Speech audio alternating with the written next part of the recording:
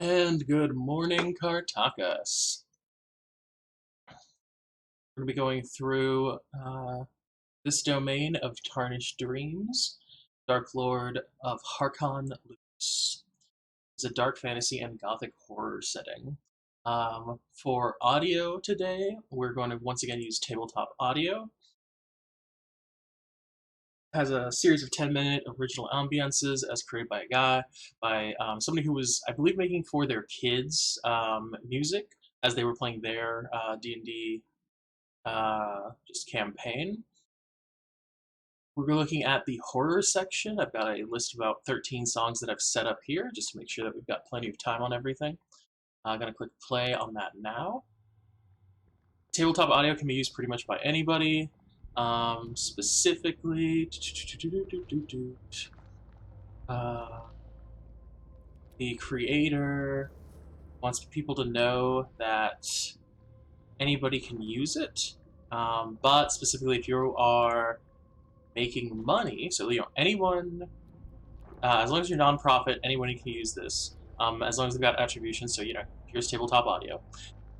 And then more importantly is if you're going to monetize, if you get a little bit of money, then it doesn't really matter. But if you're making a good amount of money off of using the music, then there needs to be some kind of a licensing fee arrangement. So so anybody out there, if you're just a DM looking to kind of game in general, tabletop audio is for you. If you're going to use the ambiance and you're just, like, it's just part of your thing as a DM and you're one of those paid DMs, once again, not necessarily a big deal. But if you're like somebody who's like, if you're going to be making a ton of money and you're using this, some kind of attribution, some kind of deeper level of attribution, licensing fees and all that needs to get looked into. You can also become Tabletop Audio's Patreon by going to their Patreon or donate to them at PayPal. Here's their Patreon. There's a $3 a month, a $5 a month, and a $10 a month. It looks like all of them just kind of have the same sort of thing, and it's just entirely based on like how much. There's actually two more levels, $20 and $50, and it's just apparently just that basic, like, if you feel like this is what you want to give them, then that's what you do. Then here's the donate page. You can just put in an amount and then donate with PayPal or donate with a credit card. So go check out Tabletop Audio. It's awesome. Apparently it's available on Amazon Alexa and works with Google Assistant. I've never seen those. Oh, it's one of those. What's it called? It's a skill. It's an Alexa skill. Huh. I'm gonna go ahead and turn off my Alexa. Very cool. Testing, yeah. Anyway, so that is tabletop audio, and we are in Kartakass.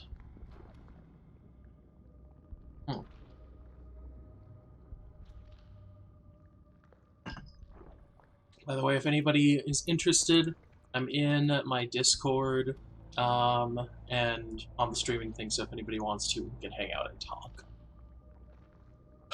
So, called Kartakass, handbills with performances.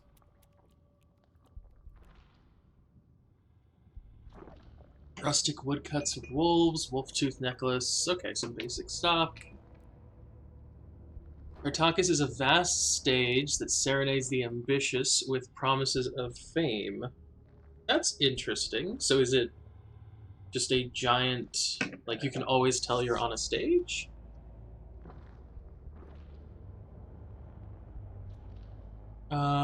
Performance is a way of life in this forested domain. Okay, so it's not a giant stage. That's unfortunate. I personally feel it would have been a bit more interesting if it was just a giant, you're always on a stage and you can feel the audience watching you. But it doesn't matter. Da-da-da. So everybody pursues dazzling dreams. Outsiders feel it feels very staged. As everything strives to prove its greatness. Oh, interesting.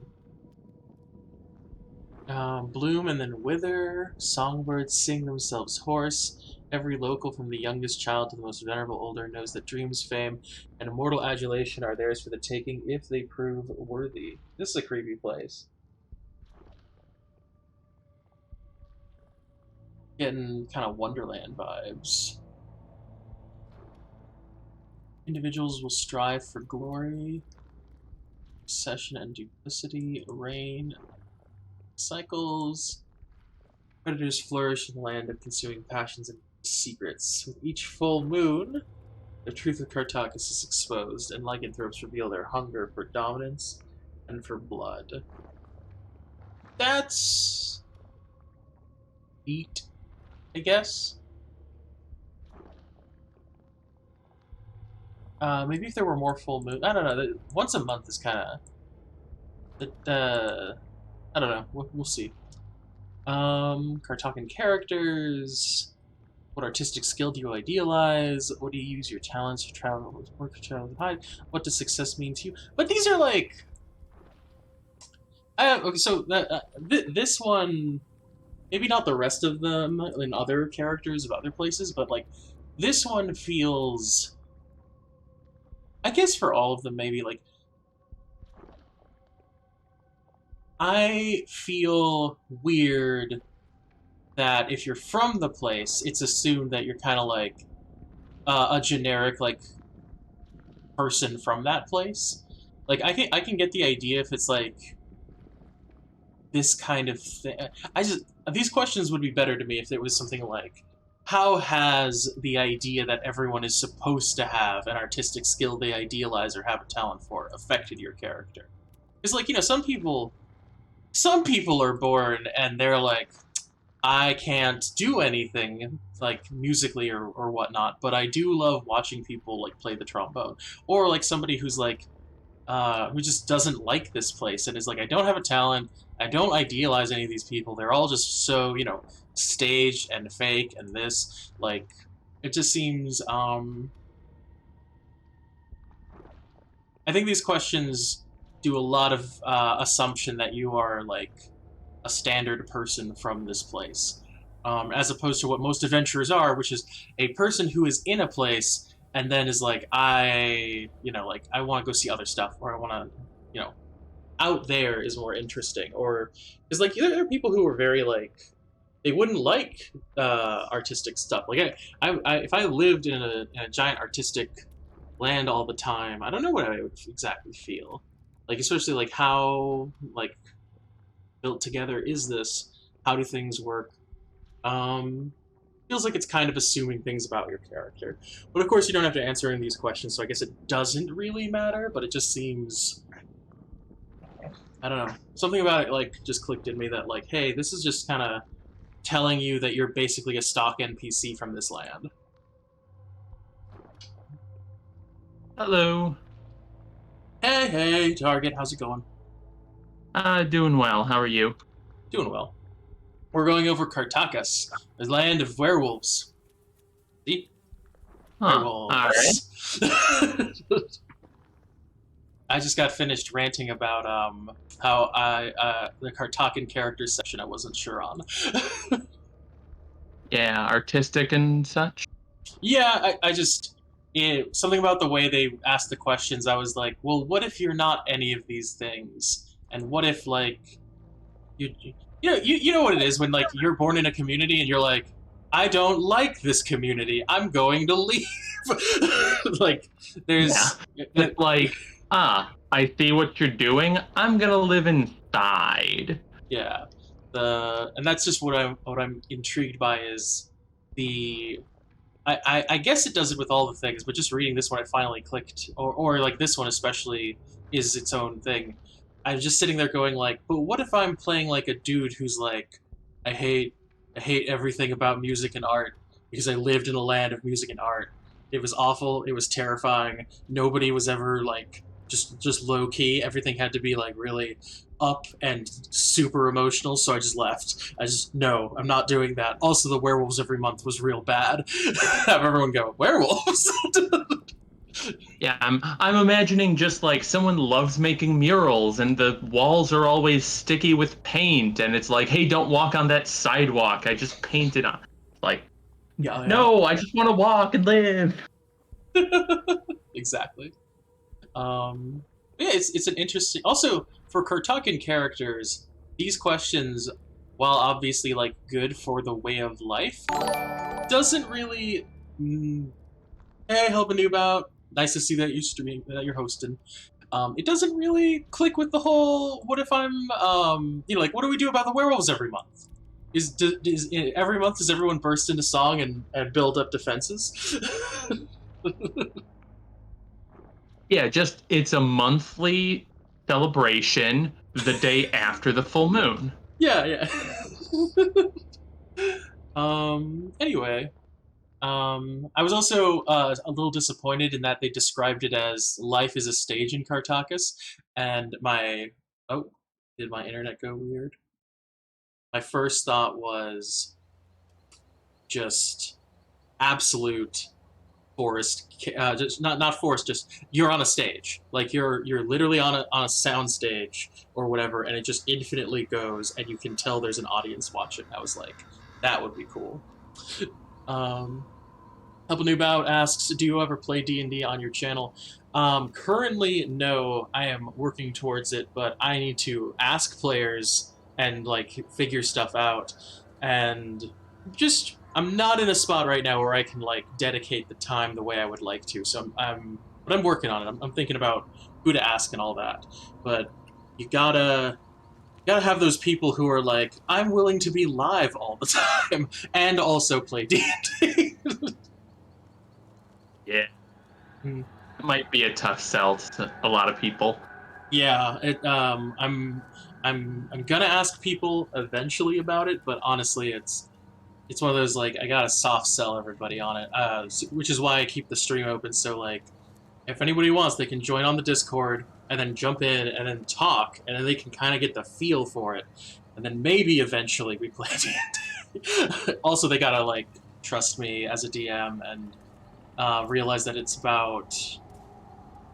slightly more about making the show work rather than playing D&D the standard way. Yeah, you're making something and putting it forward, not just to your play group. Yeah. It's so like you in general either amp up certain aspects or like tamp down certain aspects. Like I in my campaigns there's sometimes a lot of just things happening, and I think I would have to tamp down on that a little bit. It's like here's 50 quest lines, and people are like, no, why are so many quest lines?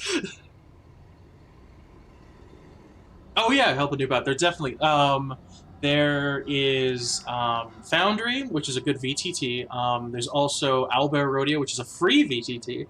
Tailspire, which every player has to pay in for that, which I'm a little less keen on, but it is beautiful when you get it done right. Free maps are all over the place. I think there's actually cartography like websites. In fact, I have one in my favorites. Where are you? Was it Battle Map? Might be Battle Map. Um. Anyway, there's a bunch of different options all over the place for anybody interested. Also, tabletop audio is a perfect example of a tool for DMs.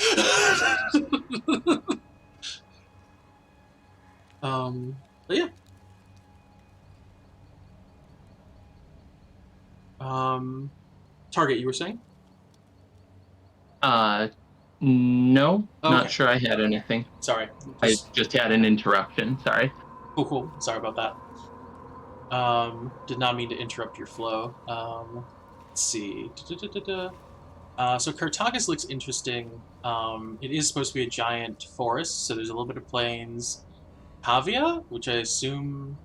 Oh, it's the Cavia Plains, because it's all the same type of writing. Goblin Graves, Catacombs, Martello Hills. So these are kind of nice. Hills, plains, and forest. This seems like the kind of place you'd get killed in. um, So I I know I missed a few minutes of this, right, right. so I'm having trouble connecting like Domains of Dread, Werewolf, plus Mm. art question mark? Like, Yeah, okay. So we're not there yet, but I'll go back.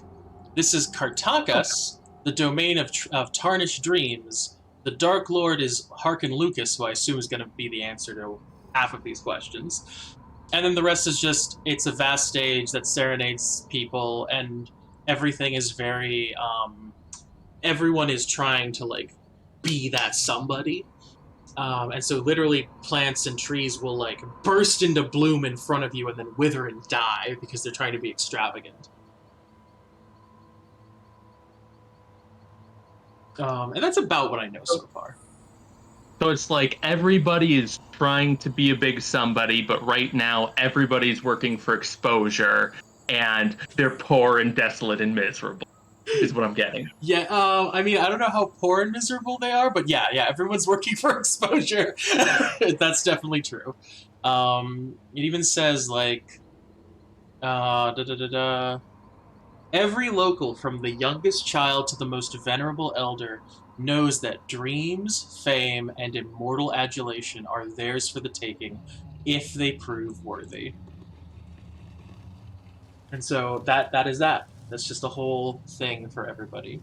I think it's interesting as an idea, especially like one of the things that I like about D&D is the idea that you could play a character who doesn't use all of their abilities for a time. So you could play someone who was a bard of Kartakass, and now you're just like acting like a fighter. So the party's like, the party's like, you're just a fighter, and you're like, yes, definitely don't have 7 levels in bard.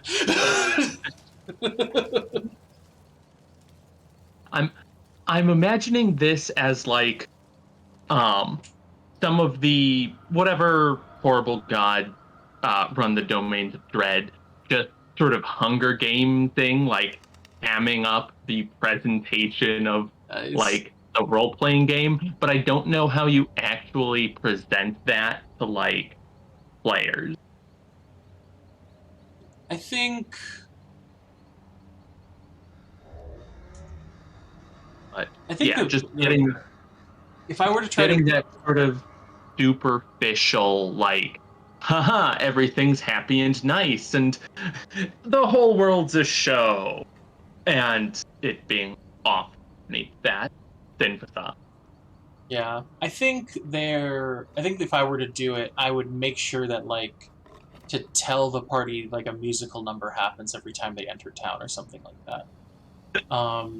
Just like as you're coming upon this town, like you see a woman like playing near a meadow, and she notices you, and she instantly gets up and begins singing about the new travelers that are coming, and then you watch the entire town comes up and kind of creepily line you up and lead you to different areas as you hear like the baker's soliloquy and the lumberjacks family chorus thing, and just you very disorienting, just forced you are the audience for these people because they got to sing first instead of you. And your only way to counter that is upon entering to just start singing like we are adventurers, adventurers, adventuring, and you like force them to follow your song instead of the song they want to sing.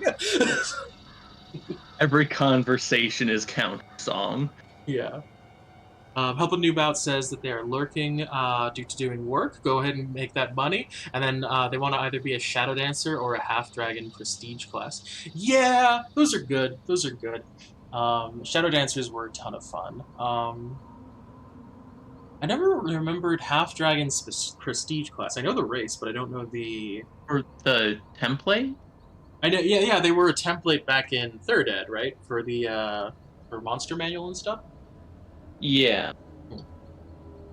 Not familiar with Shadow Dancer. Is that also an old edition? Yeah, that's so now you would recognize it as Way of the Shadow Monk, but back in the day it was a rogue thing where you got enough ability to do like 10 to 50 foot teleport. I think it was at the end 120 feet of teleporting by jumping into other people's shadows. Or any Oh, okay. shadow in the area. So, like, if you were in a dark, dank cave, you were basically unstoppable.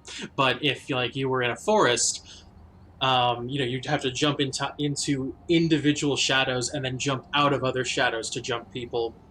And so I believe I remember that there was one time somebody was a shadow dancer and they became a very famous rogue in their lands as far as somebody's campaign was going.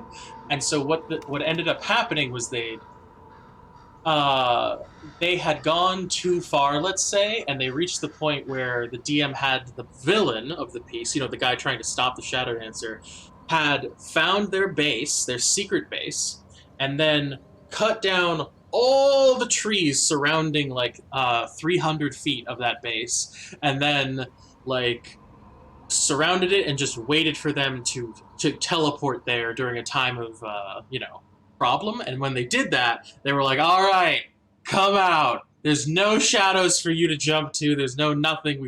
We've planned it all out."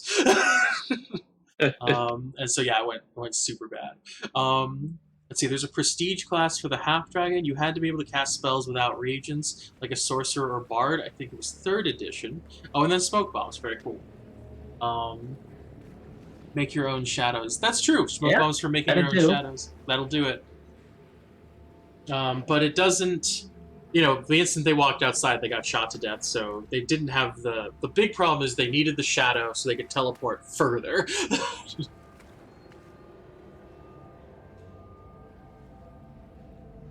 So Kartakass has a bunch of different spots. Let's look at some of these spots real quick. Wooded rises of the Fox Theater stand the idyllic village of Amherst. Beneath it lies the true Amherst. Elaborate immersive stage. Residence is an in-character actor. Most are younger than 30, including those playing aged roles. Where are all the old people? These are students of the School of Living Theater located in the Understage, a network of caverns beneath the village. This is kind of creepy. This underground backstage connects every structure in the village via tunnels and hosts elaborate elevators and special effects devices. This is really creepy. Incredibly devoted to their craft, the instructors, students, and support staff continually improvise performances, taking 7 weeks to prepare before performing uninterrupted through an 8th live week. As actors refuse to break character, outsiders find the performance changing around them to incorporate their actions within the community. Ruthless competition for prime roles leads to tragedy, the appearance of tragedy, or individual breaks with reality. Oh no, this is not a fun place.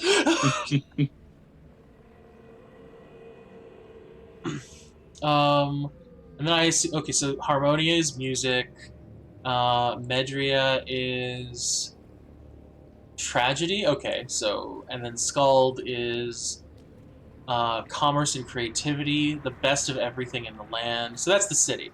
Very cool. And the woods.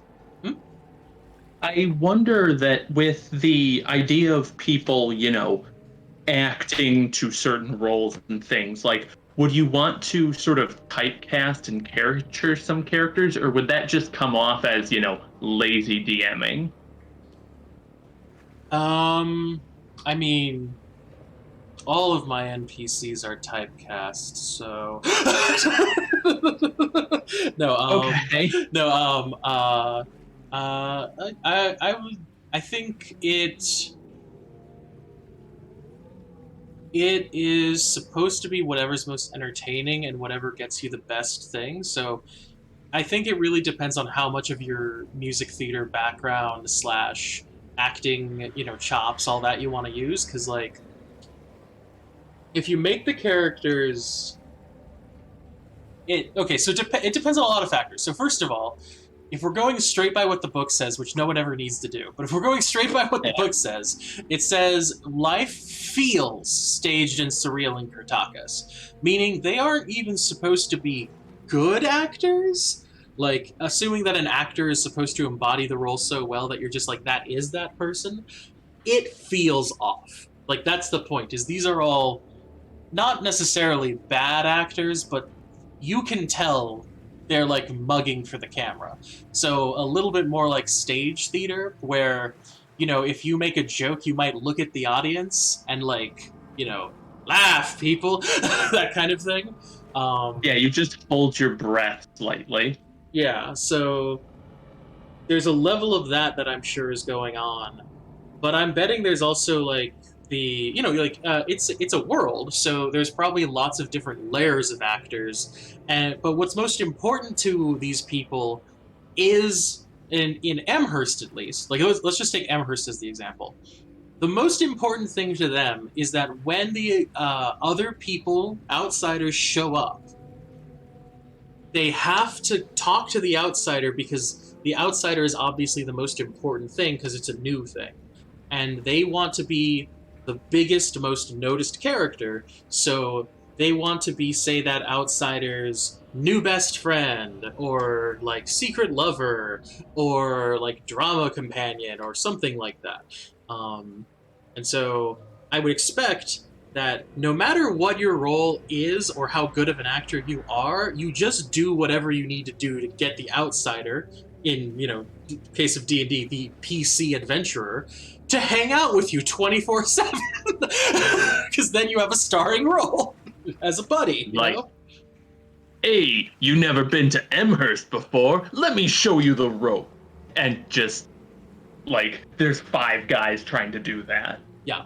And or just any way of getting them to like join in and hang out with you, and that depends on each NPC, what you create and all that stuff. Like for me, I'd probably just,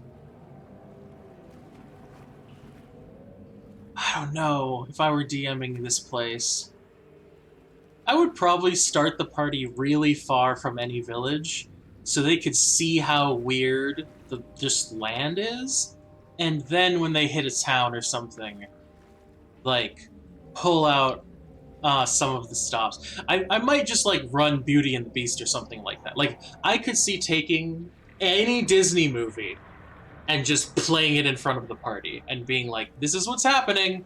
If you'd like to be part of the events, this is what they're talking about right now.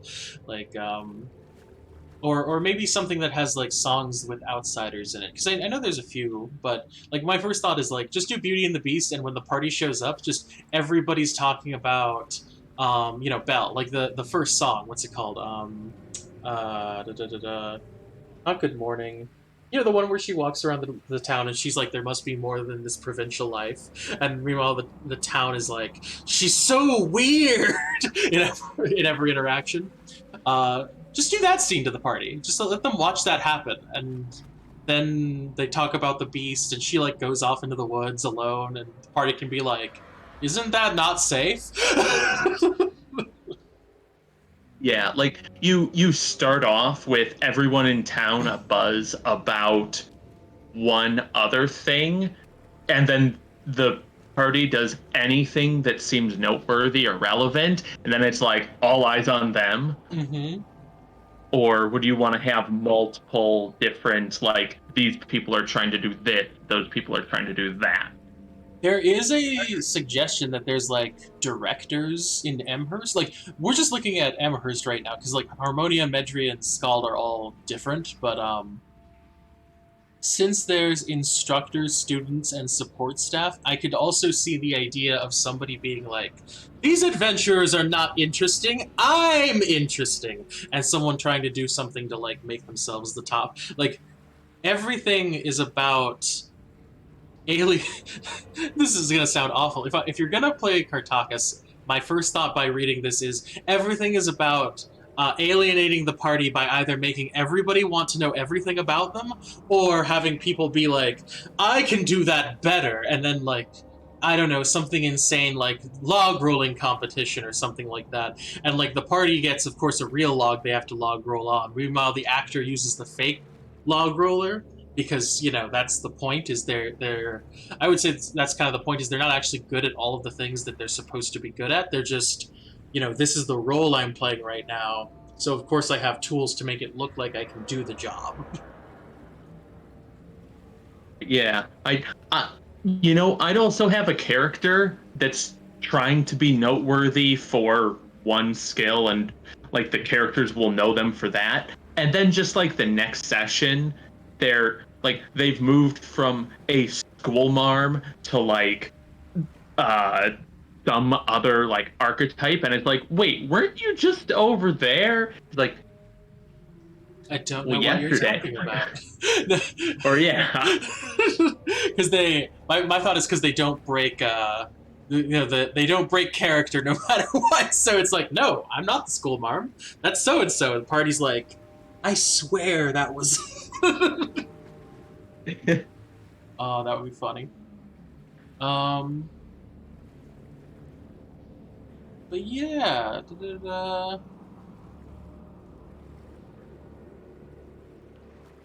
So the wilder sung wood stalks travelers. Each twilight, a chorus drifts through the trees. Um, Fades before the end of day. Any who hear the song should raise their voices and join the chorus. Those who don't risk meeting the terrible fate. Strangers are those who refuse to sing, are regularly discovered with inexplicably broken necks. Yikes! Wow. Wilder sung woods don't play around.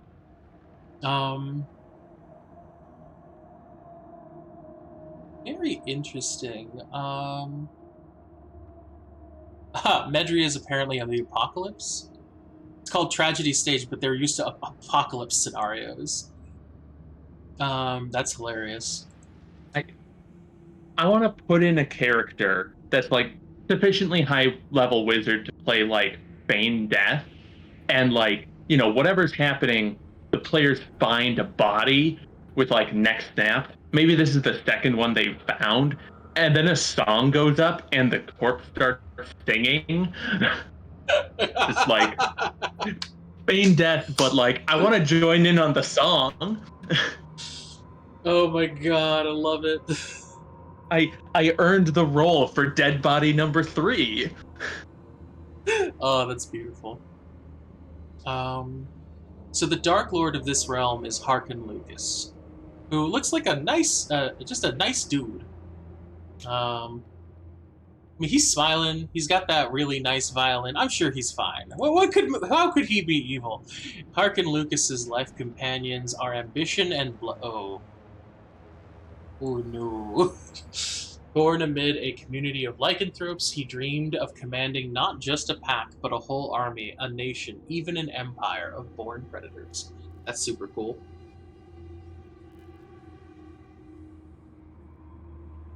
Early in life, he sought to unite his reckless werebeast family and turn them into tools of his ambition. When they failed him, though, he lashed out, ultimately driving the lycanthropes to turn on him.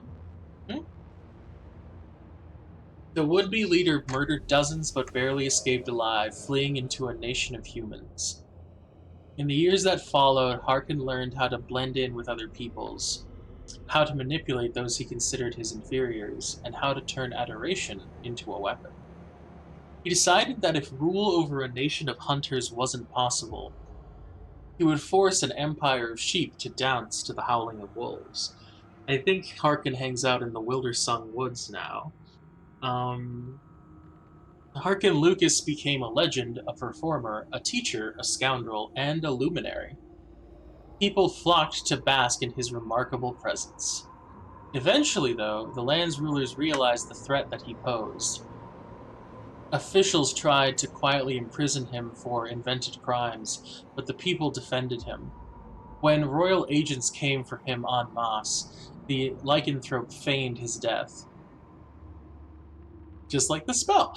Outraged, the celebrity's followers rioted, and as the news spread, their outrage inspired a revolution. Within a week, the nation's government had crumbled, its defenders fleeing before an army that bore the red-stained coffin of Harkon Lukas at its head. As the rebel forces neared the walls of the royal palace, they were met by a contrite monarch who gave a heartfelt speech, begging forgiveness and outlining concessions and a way for the nation to move forward. The rebels agreed to further negotiation. At that moment, Harkon Lukas ended his ploy, bursting from his crimson coffin in wolf form. Now hold on. How long was he in the coffin? Did he break out occasionally for snacks?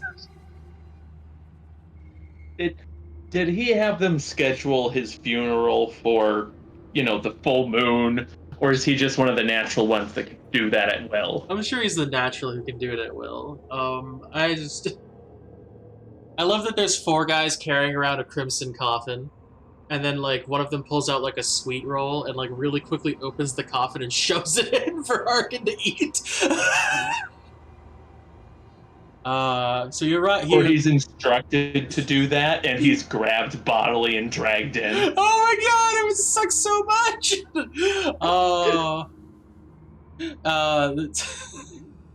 That reminds me of Jurassic Park. Shooter, Shooter. And they start like jamming it in with like sedatives and stuff, and Harkon stops finally. They're like, okay. Oh no.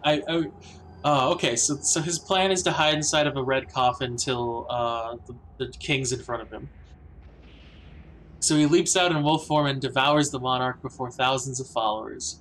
Drenched in blood, the resurrected Harkon returned to his human form and donned a battered crown amid the roaring cheers of a nation of fans. But before the reign of the wolf could begin, the mists rose amid the assembled throng and closed around their champion. When they cleared, the sovereign wolf was no longer a step away from rule, but a stranger in an unfamiliar provincial land called Kartakass. Did he at least get to keep the crown? I hope so.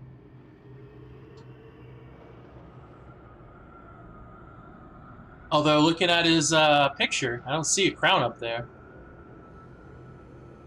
Poor guy. Yeah. He worked so hard for it, too.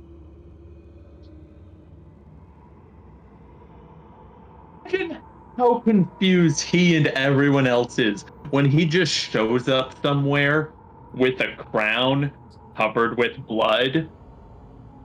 Yeah, that's a good one. I don't even know where I am anymore. Yeah.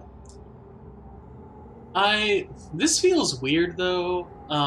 Like not to judge these different domains like too harshly, but like they're doing a lot of this like, and then he disappeared and showed up in the domain, and I'm like, where?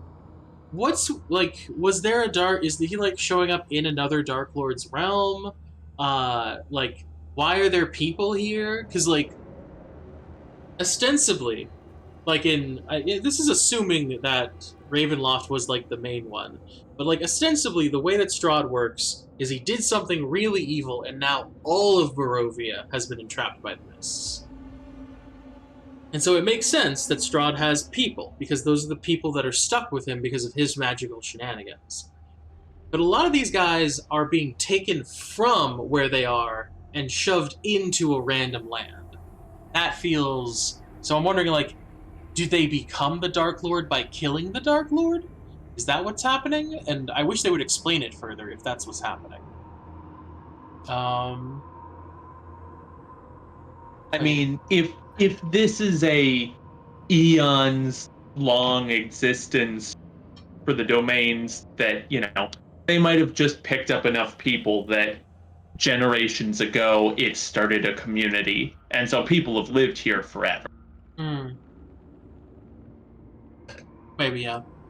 I just wish there was more explanation as to what exactly is going on. But I might have missed something also. I'm not exactly the most... I try to give it the benefit of the doubt because I'm not reading word for word everything, but it's still... I keep having questions that don't seem to be answered. So Harkon's power and dominion.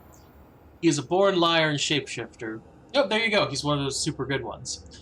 Orchestrates elaborate manipulations. He has statistics similar to I think that's Lugaru, despite the P. Ah, that looks like something you would nuzzle.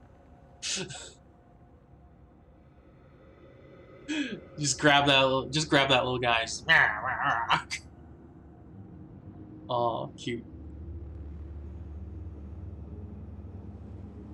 Let's see. They can turn into a direwolf, and they can turn into a hybrid. What's that? Yep. Okay.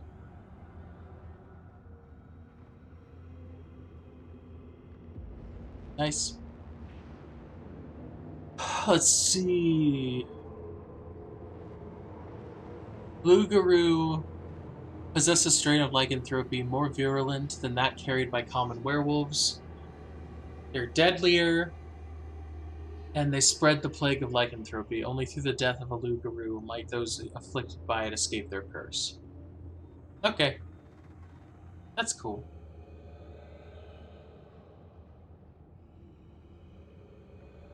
Oh.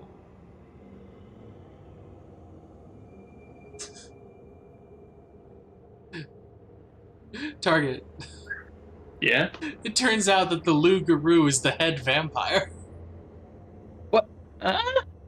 This last paragraph says, once a Lugaroo is slain, a remove curse spell cast during the night of a full moon on any werewolf that was afflicted with the curse by the original, the one it created, forces the target to make a DC 17 con saving throw. On a success, the curse is broken, and the target returns to its normal form and gains 3 levels of exhaustion. On a failure, the curse will remain, and the target will automatically fail any saving throw made to break this curse for 1 month. So, you use remove curse on the full moon, and if they make the DC 17 con saving throw, then they're good. And it has to happen after you've killed the Lugaroo. So the Lugaroo is the head vampire, is what I'm getting. Okay. Yeah. Yeah, I missed it for a second and thought you were saying, like, he's a vampire and a werewolf. No. Yeah, like he's your man. Yeah. Let's see. He's never forced to change shape, either by the moon or by other external factors. I didn't see a forced shape change in the Lugaroo.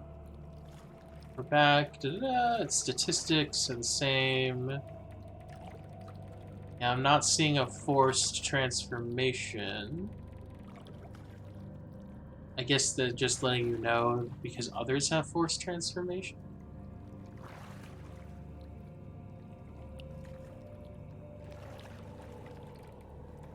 Yeah, I'm not seeing it. So, he prefers his human form but explores different physical details as the mood strikes him. He's rarely seen without his signature wide-brimmed hat, wolf's tooth necklace, and violin, which he calls Bleeding Heart. He would be a fun bard. Hungry for fame. I feel like in normal life, I might be put off by someone with a wolf fang necklace. But in a land with werewolves, I would probably trust them more. Oh yeah, definitely. If I knew he were a werewolf, I would feel really weirded out, though. You know? Yeah, that's like a human wearing a human tooth necklace, Yeah. right? Yeah. It's a little scary. A little scary.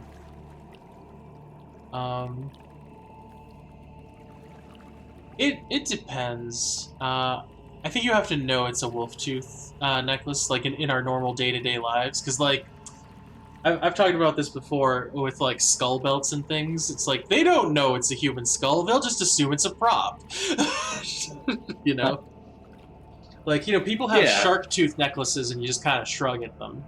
Guy has a wolf tooth necklace. It's like, okay, well, whatever. It's like shark tooth, sure. Let's see.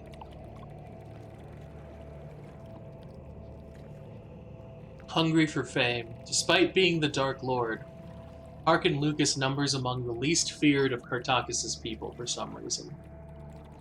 He ever seeks to win esteem and influence among the domain's people, but the locals constantly forget he's a relevant modern performer. Oh, Harkon, it does. Is it painful? Oh. So he wants to be top dog and everyone keeps forgetting him. That's wonderful.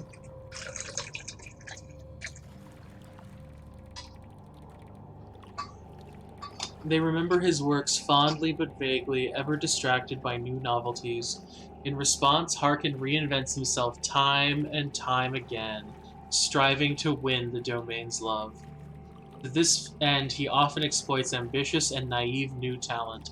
He collects promising up-and-coming performers, becomes their mentor, traps them within the bond of lycanthropy, and then uses them as tools. See the Insatiable Hungers section later in this domain for details. Such alliances rarely last for more than a few months before Harkon grows bored and steals his protege's performance ideas, their wealth, and their lives. What? Oh, it's all in Kartakass, okay. The Lukas clan. Harkon Lukas uses and manipulates all those around him with two exceptions. His eldest adult children, Akriel and Casimir. Both children are not lycanthropes and have complicated relationships with their father, seeking to both earn his favor and surpass his greatest triumphs. Akriel idolizes Harkon and mimics his performing style to fuel her own career. As the dark powers don't torment her as they do Harkon, her reputation steadily grows, much to her father's resentment. I don't suppose you could bend the character a bit to make him like a beauty pageant mom, like trying to groom his children for you can do this thing, this fantastic opportunity that I'm going to push you into. That would be hilarious. Have him, so what you do is you make it clear he's like a beauty pageant helicopter mom, like always over his kids, telling them how they could do better and stuff like that. And then also he like in there is also like mixed advice to like hinder them so that they can't do super well because he's so desperate to be in charge. So on the one hand he's like, let me give you some creative advice, and then like gives like a real piece of information, and then like later he's like, but always remember, when they ask for more, you have to leave. No encores, no matter what.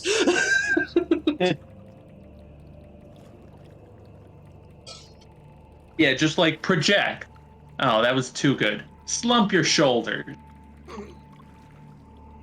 Awful.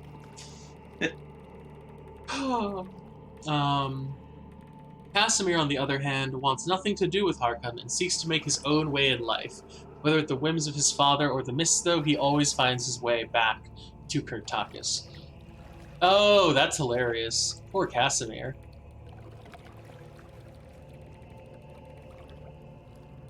I can see that, because the mists,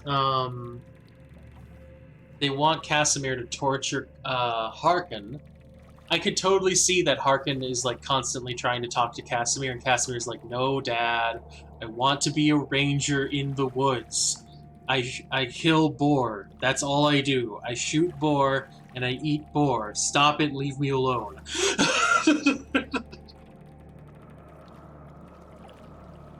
The old Kartakass Inn and Taverna. Lukas owns this intimate, traditional tavern in Skald. Nightly, either Harkon Lukas, if he's in town, or new artists under his tutelage will perform there. Ooh, hold on a sec. My throat's not doing too hot right now.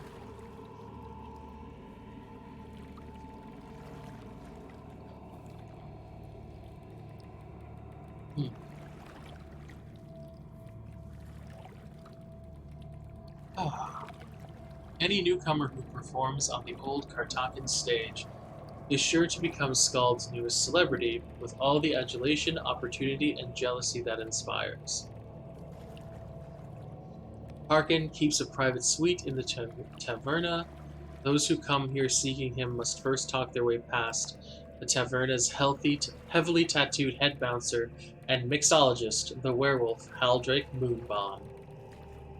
Closing the borders. When Harkon chooses to close Kartakass's borders, a soothing song fills the mists. The mists function as detailed in the mists at the start of the chapter, but, in addition, any creature in the mists that has its speed reduced to 0 by exhaustion falls unconscious and is teleported Out of the mists. Oh, the creature awakes at the mist's edge back in Kartakass 1d6 hours later. Nice. Harkon Lukas's Torment. The dark powers endlessly stymie Harkon Lukas's quest for fame, assaulting his ego in the following ways. 1. Harkon is obsessed with spreading his fame and travels Kartakass endlessly. Whenever he returns to a community, though, he finds he has been forgotten. Semi-polite variations of, "I thought you'd retired," ever torment him. That's funny. Harkon believes he just needs to find the right act, styling, or inspiration to finally cement him in the hearts of Kartakass's people, and from there take control of the nation. Although Harkon is unable to build his own fame, he has a peerless eye for talent. His protege swiftly attains stardom, and with it, Harkon's resentment.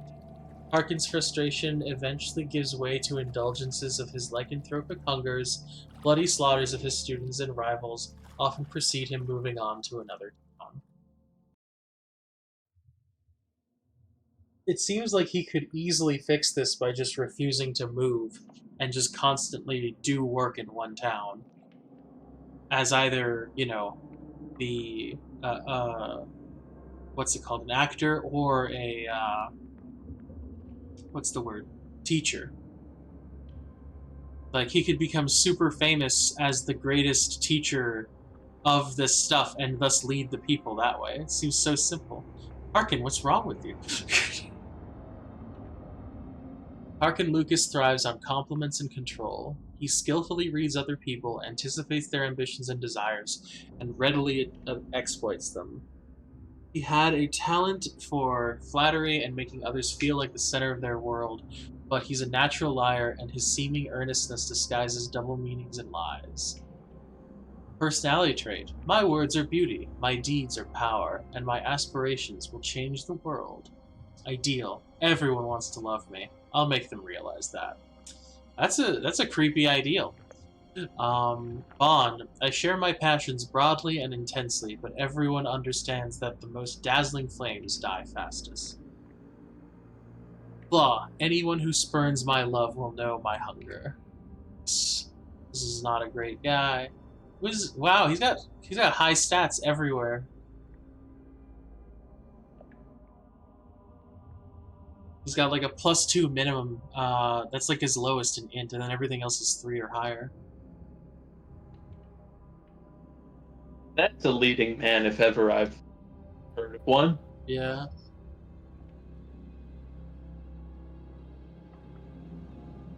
Let's see.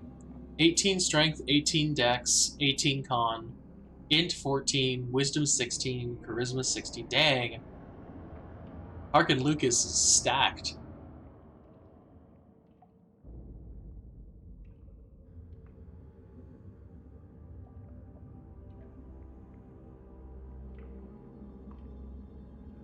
There's also some adventures. I see mimics. Set dresser in Medria uses tamed mimics during stage production. Now the audience is trapped inside a theater overrun by the monsters. Oh, that's lovable. Oh, why? Why what? Just why have multiple mimics at once? That's just a nightmare. That feels like a DM trap. They're tamed.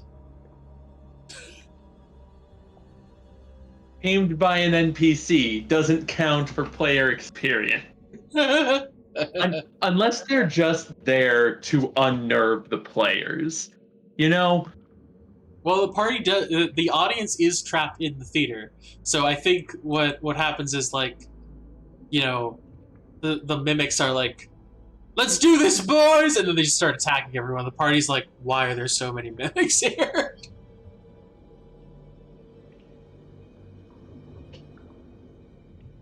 Let's see.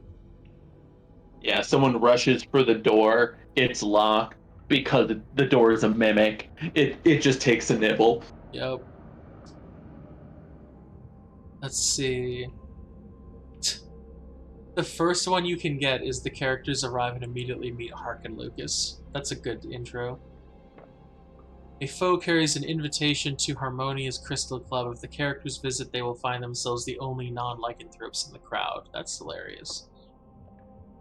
Investigate a murder in Amherst. The victim is an actor who played a character murdered daily in the ongoing immersive play. I just don't know what to do.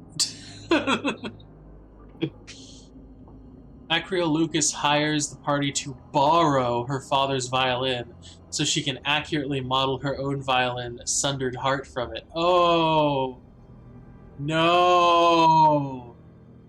I love this quest because it's called Sundered Heart. I believe she'll break the violin to make the new one.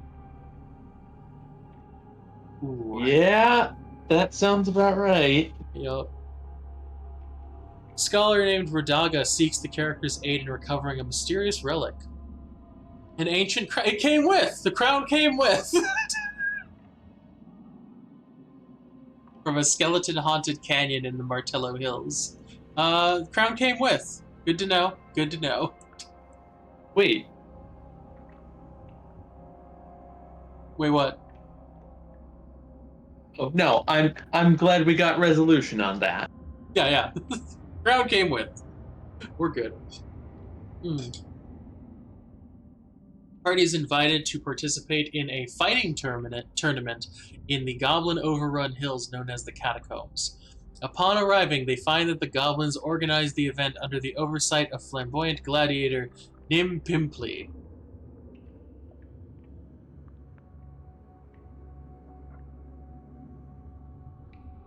Why?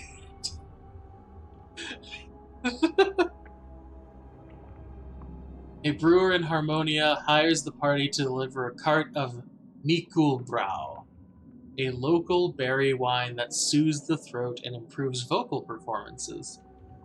A band of thieves hijack the last two deliveries, and the brewer wants to make sure the latest delivery reaches its buyer, Harkon Lukas. Ooh, don't take that job.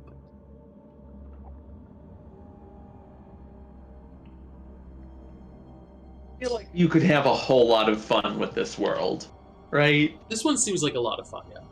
You could really... Yeah, like, have, you meet two characters that are, like, family or whatever. One of them dies. The other really hams up to, like, no! And then, like, is the first person to go. The show must go on. I also really love the idea of, having a guy, an NPC, play as Harkon Lukas, and when the party talks to the guy, he's like pretending. He's like, "I am the great Harkon Lukas," and he's like using Harkon Lukas's fame to like not real fame, but kind of fame, like to ruin his name, basically. And so the party's like, this is Harkon Lukas. And then when the real Harkon Lucas finds out, he just like goes crazy. Because just at the end of fake Harkon Lucas's song, as he's going, "I am Hark," then he gets murdered by a wolfman and goes, "I am Harkon Lukas." Oh, I love it. I also love the idea of you make it so that everyone starts hearing about this Harkon Lukas guy, and you slowly build the fame of Harkon Lukas. But it's not Harkon Lukas, it's the fake Harkon Lukas. And so Harkon Lukas himself keeps walking up to people and saying, "I'm Harkon Lukas," and they're like, "No, you couldn't possibly be Harkon Lukas. I met Harkon Lukas." And then they describe, like, he's got like a bigger belly or something like that, like longer hair. Just something where it's like, you're definitely not Harkon Lukas. I met the real Harkon Lukas. And by the time the party's like, so the party's just like finding out about the fake one, and this fake one gets like super famous, and then the real one is like, "I'm going to kill him, and I'm going to kill all his friends," and like have the party like help the guy become famous. Have them like, he pays them like an insane amount of gold to put up posters and stuff like that. Super good. Like, you can't be the real Harkon Lukas. I heard he has a golden crown, and it's like I lost it when I teleported in the thing, or or whatever, Absolutely. Oh my like god. nitpicky thing. Yeah, like there's a Harkon Lukas fanboy who like got his noteworthy hope, you know. Yeah. Ah, so good. Let's see. Party can use the renown system. I believe that's just your the. Yeah, this is just that you're more famous. Just become more famous.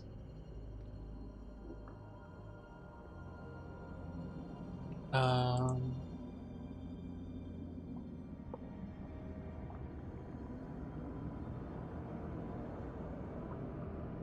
Oh God.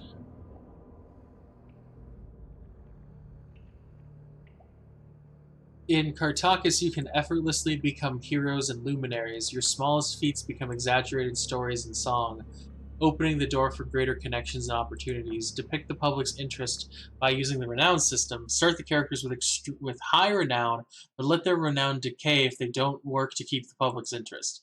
At the height of their fame, they might be recognized by strangers on the streets, given free room and board, or invited to lavish social events. As their novelty fades, they'll find passersby snickering behind their backs and social circles closing around them.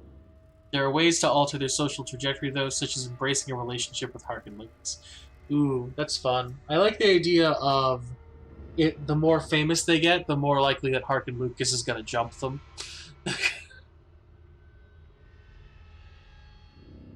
So they have this fun thing of like low renown means everybody kind of makes fun of them and nothing mad and are mean. High renown means Harkon Lukas is coming to kill you. Will be useful for my RPG D&D Mean Girls. Yes. Elmo 1996 says, "Hello, hello, Elm."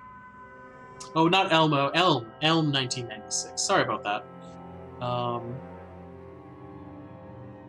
How are you doing, Elm? Let's see. Meeting the Dark Lord. The Dark Lord's betrayal. Harkon Lukas approaches the characters as an ally who eagerly sponsors their adventures and rise to fame. He does this in hopes of benefiting from their triumphs and stealing their celebrity. He can be a powerful ally. Ultimately, though, all of his relationships walk a familiar path. Through sycophants and werewolf allies, the Dark Lord learns of noteworthy characters before they hear of him. By manufacturing a chance encounter, Harkon takes the opportunity to be impressed by or indebt himself to the characters. He then uses tactics on the favors of Harkon Lukas' table to share a goal with intriguing characters. However he comes to need or employ the characters, he encourages and compliments them. Afterwards, he seeks to employ the characters further, either on personal jobs by tipping them off about either on personal jobs or by tipping them off about grander quests. Helm says that they've been good, slowly creating a 5e homebrew Borderlands campaign. Nice! Borderlands can be very fun. So you're using the gun rules then, I assume, Elm? Because yeah, you would have to be using the gun or some similar thing of that. I would think. Who's this? This is Acreal Lucas, and that's her. Wow, Acreal really does try to copy her father in every way, shape, and form.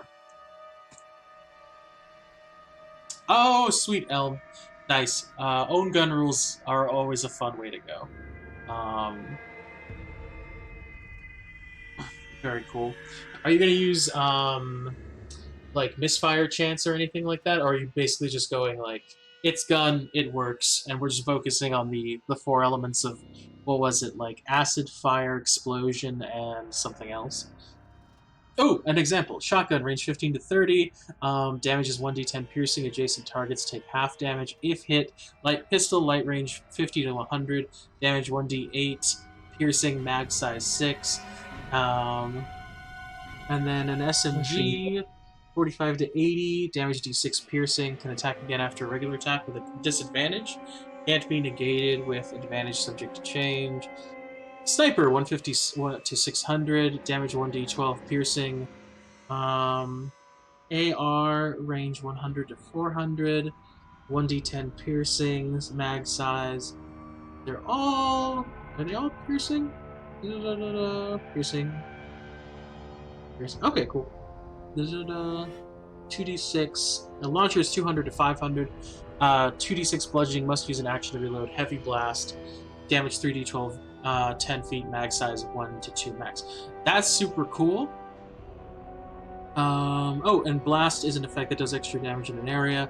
Any creature within the radius, yeah, does a dexterity saving throw, of course. Character gets disadvantage to save that can't be negated. That's super cool. There's Yeah, I yep. think I would want a system with, or I would want to make magic weapons more popular just to fit that theme. And, instead of +1/+2, go for like the, flaming burst or shocking uh, weapon enchantments Oh yeah, those are uh, definitely very for a bit useful. of that fun. But yeah, it's cool. It does look very cool.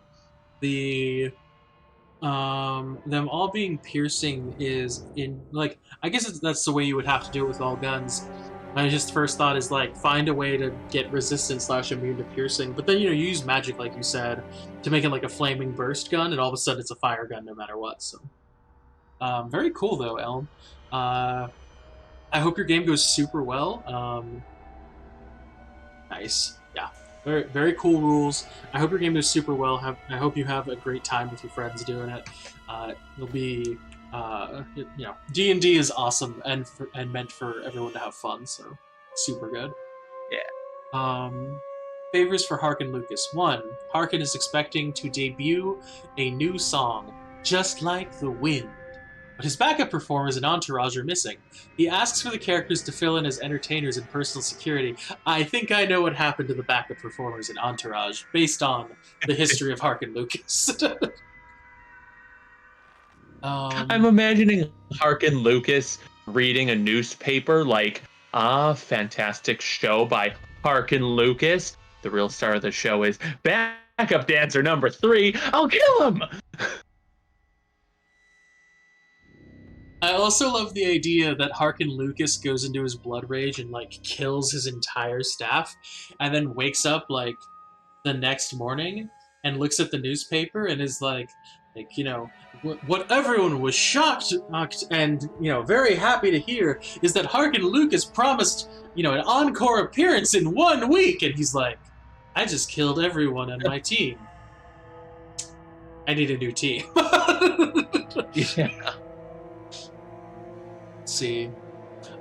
I think the best thing to do for the best team to shove into this realm is a party that has 8 charisma all across the board and no performance abilities, no performance skills. So like we're talking fighters, barbarians, like just people who are built only to do damage and hurt people, and then they arrive in this land of like everybody is like always doing like drama and stuff and tons of things happening, and they're just sitting there like, I don't get it, and then they just like smash someone with weapons or something like that, and then people are like, we love you, and you're like, okay. Yeah, because in 5th edition D&D, unless you multi-class, I don't think there's an easy way, or I guess there's a feat. I don't think there's an easy way to get new skill, like proficiency and perform. Yeah, I So think like, there's skilled or trained is the if only way. yeah, so like, unless you were already planning to multi-class or pick up that feat, it's like, are we gonna be here long enough that I should multi-class Bard for a level just to get perform? Very true. Like, Uh, fine, Elm, I'll learn to play the banjo. love it. Elm says, also it's focused on Magitech, and the generic rarity effects are level locked for Magitech, so you can get a legendary at level 1 if extremely lucky, but won't get the full effect. You'll get the red text unique effect at any level. Oh, okay, so like we were talking about a little bit, Target, Elm has already thought about that and is using the magic as rarity effects as well as other things. Very cool option, Elm. Very cool that you're thinking that. Okay. I can see how you did it also because the tier, I think there's 5 tiers, so that could be, you just divide the 20 by 5, so it's about 4 levels each. Intoxicated Thorns is now following. Thank you for the follow, Intoxicated Thorns.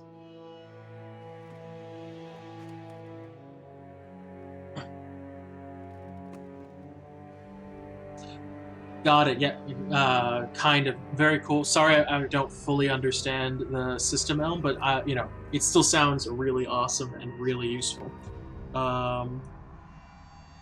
Anyway. Yeah, like if I were going to run it, I'd need to go over it a few more times, but it looks like it's a good enough hook to like get started into that, finding a character.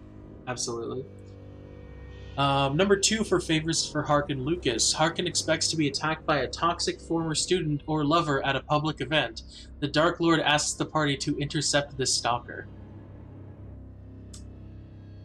He says they're toxic, but it's Harkon Lukas. Intoxicated Thorn says, think I might be a masochist, just sign up for a Tomb of Horrors campaign. You'll be fine! It's a Tomb of Horrors! It's meant to keep you alive. You know, it's for the horror. How are you supposed to be scared if you're dead? It's fine. Yeah, it's fine. D&D is about being a brave, heroic adventurer and face the horrors. Have fun. Yeah, you'll be fine. You'll be fine. Remember, you gave up being a baker for this. Or a farmer, or a noble's rich son, or, you know, a standard career which has safety and lets you live in a town and be, like, not harmed by people. You know, it's fine. Elm says, magic tech is very common. Regular magic or tech weapons / items are a bit more rare, though. Makes sense. Very cool. Intoxicated Thorn says, we're doing the time loop variant, so when we TPK, we wake up with all our memories and are forced to go through it again. My Echo Knight fighter is going to have an existential crisis. Oh, man, that's super awesome. Echo Knight mixed with time travel shenanigans. I just love the idea of, like, around... Maybe the first time it happens, but, like, maybe second or third or fourth, or you're just sitting there, like, looking at your hands, and you're like, Am I me or am I the Echo this time? Very cool. So, favors for Harkon Lukas number 2. No, we did 2. 3.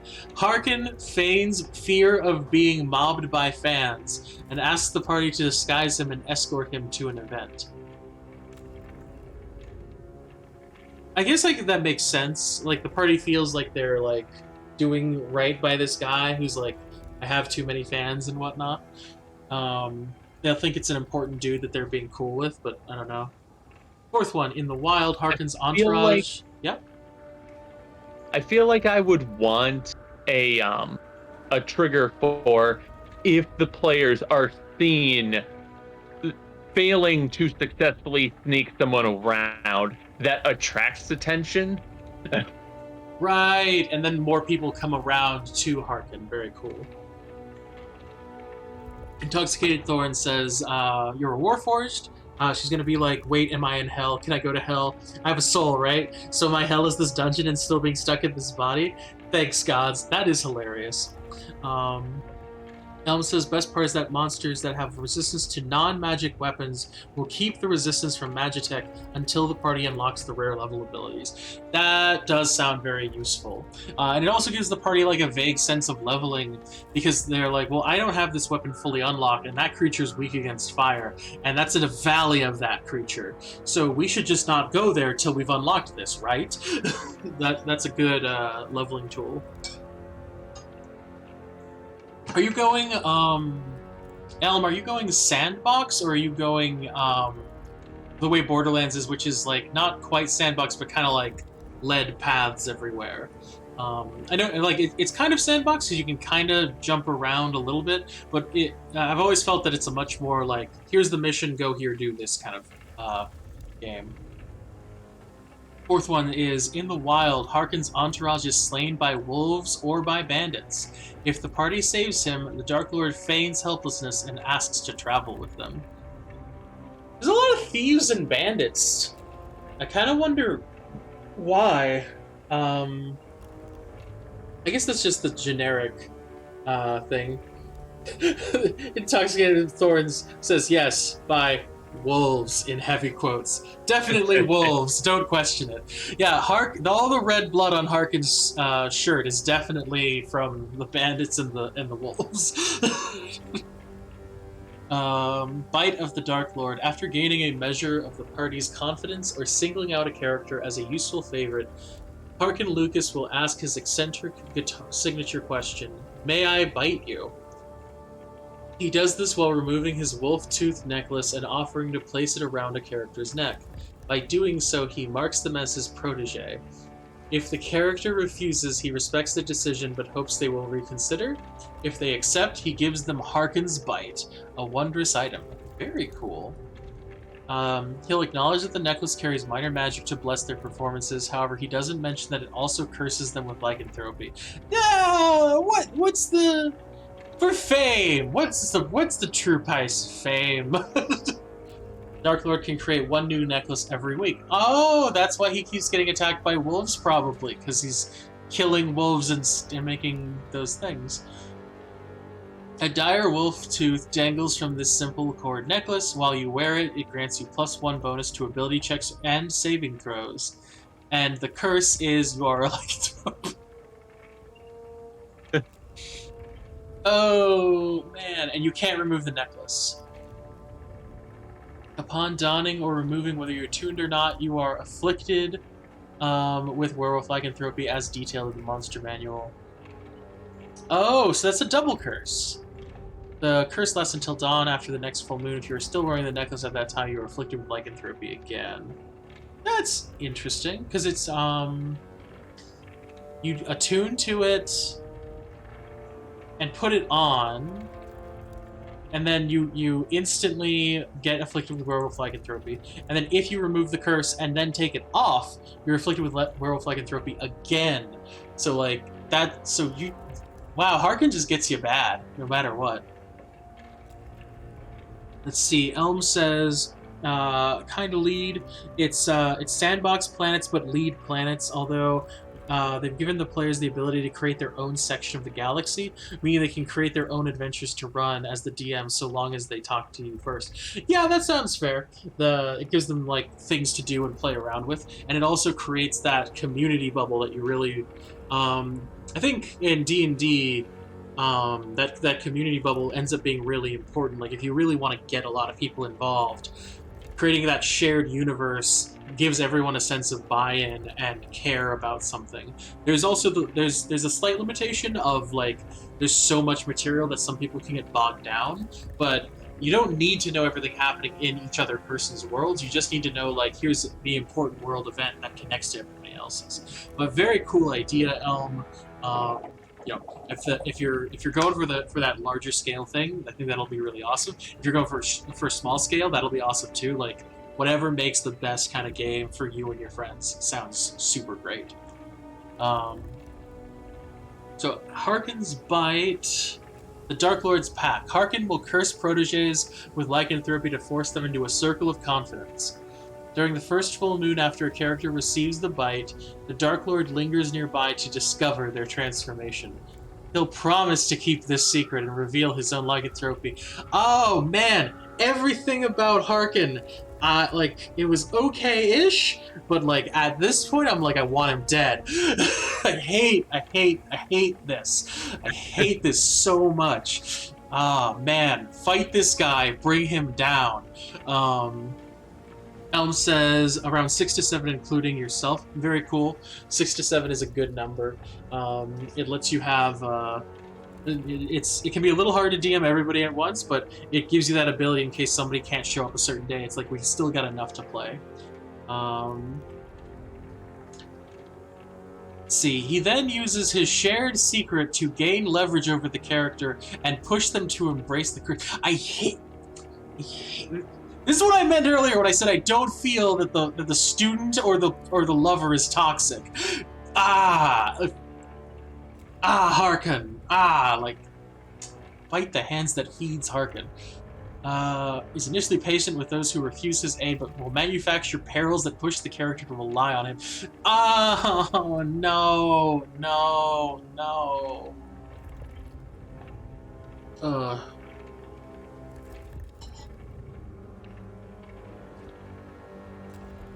Dark Lord's betrayal. Inevitably, he will grow tired of his proteges. He'll begin treating them as minions or expendables to be used in his schemes. Yeah, to create those manufactured perils for other people. Those who resist will find their reputations destroyed, their secrets revealed, and wolves dogging their steps. The only recourse is to flee Kartakass, upstage the Dark Lord, or somehow reveal Harkon Lukas as a monster. Definitely upstage. There's no killing him option? That's unfortunate. Real him as a monster, I guess, is fine. Elm says they've also made all 9 brand effects. I do not remember the brand effects from Borderlands, but very cool that you've taken the initiative on creating all those things. And then Harkon's Bite is the last thing. It's that wondrous magic item we just kind of looked at. Oh, Harkon. I'm glad to be getting out of Kartakass. We're now in Lamordia, the domain of snow and stitched flesh. Damn it! Why are all these places painful? Well, at least it's not at least it's not a gaslighting asshole. Like I can punch a flesh golem. Yeah. What brand do you like in the Borderlands series? I unfortunately do not know all of the brands or their effects. I only played like the first one, and then maybe I can't remember if I played and beat the second one or not. I know I played some of the D&D DLC for it. But I never I never got focused on the lore like you know, or paying attention to branding and things like that, unfortunately. You were saying? I never played any of the games either. Yeah. Sorry about that, Elm. Don't have the info you're looking for. Let's see. Viktra Mordenheim is the Dark Lord of Lamordia.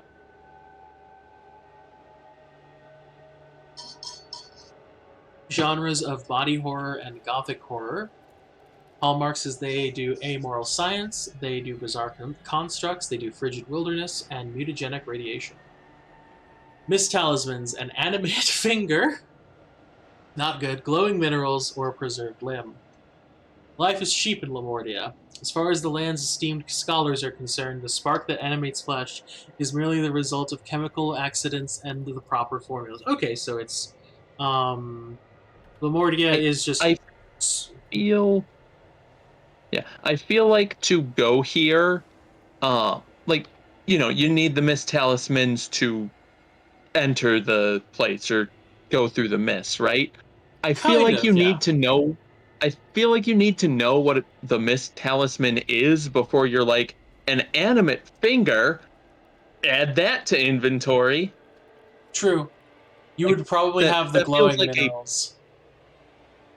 Yeah, that yeah, I agree with, but yeah, like, animate finger sounds powerfully cursed. Yeah. Well, this is where the mist talismans are really useful. Is like, so first I could totally see a PC chopping off a zombie's finger and being like, oh, it keeps moving. I put it in a jar. PCs do things like that sometimes, but more specifically, what I really like about the mist talismans is you do the same thing Strahd did, where Strahd gave them a letter that forced them in. So you just have a guy sit there and be like, I need you to get this to an old friend of mine.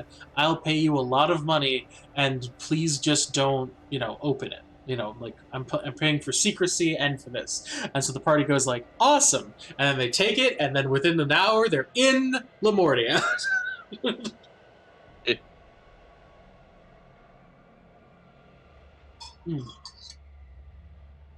Elm is explaining the brands. Malawan adds elemental damage dice that scale with rarity, has 2 different elements that can be switched between as a bonus action. Oh no, this is just stuff on Malawan. Common is D4, uncommon is D6, rare is D8, becomes a +1, epic is D10. Okay, so this is the magic system that you were talking about, using the Magitech with. And then legendary is D12 +2 weapon, and then that works on everything. Shotguns, launchers, snipers, SMGs, pistols, javelins, light hammers, sickles, crossbows, light crossbows specifically, glaive, great axe, great sword, lance, longsword, morningstar, pike, trident, blowgun, crossbow, hand bows, dart, generator. Very cool. Um,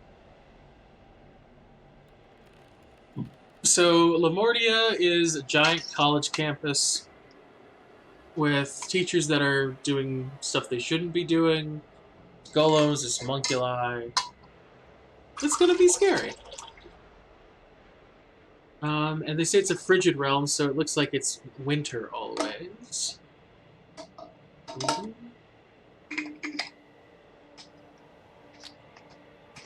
Frozen bogs, glacial expanses. Yeah, it's a giant. Okay, smog and machinery-filled cities.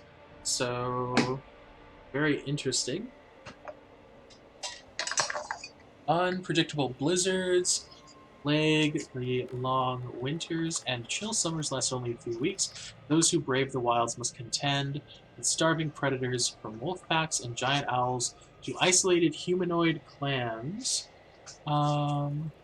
Struggling to subsist outside the domain's iron-walled cities, the cruel environment and populace threatened by starvation make Lamordia a crucible of desperate innovations. Claiming to work for the greater good, innovators and scholars will push the limits of morality.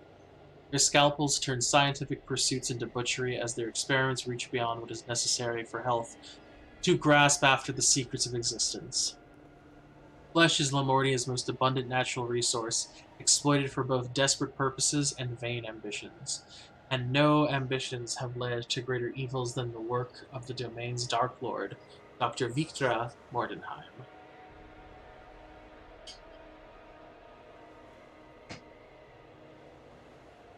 Lamordia is frozen. Interesting.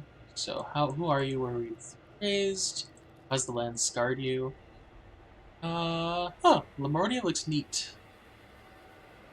I like the fish in the upper left corner. Isle of Agony with Hope's Heart right there. Schloss Mordenheim. I assume Schloss Mordenheim must be important somehow. Winter's Mouth, the Talaman Wood. This place Feel looks... like Huh?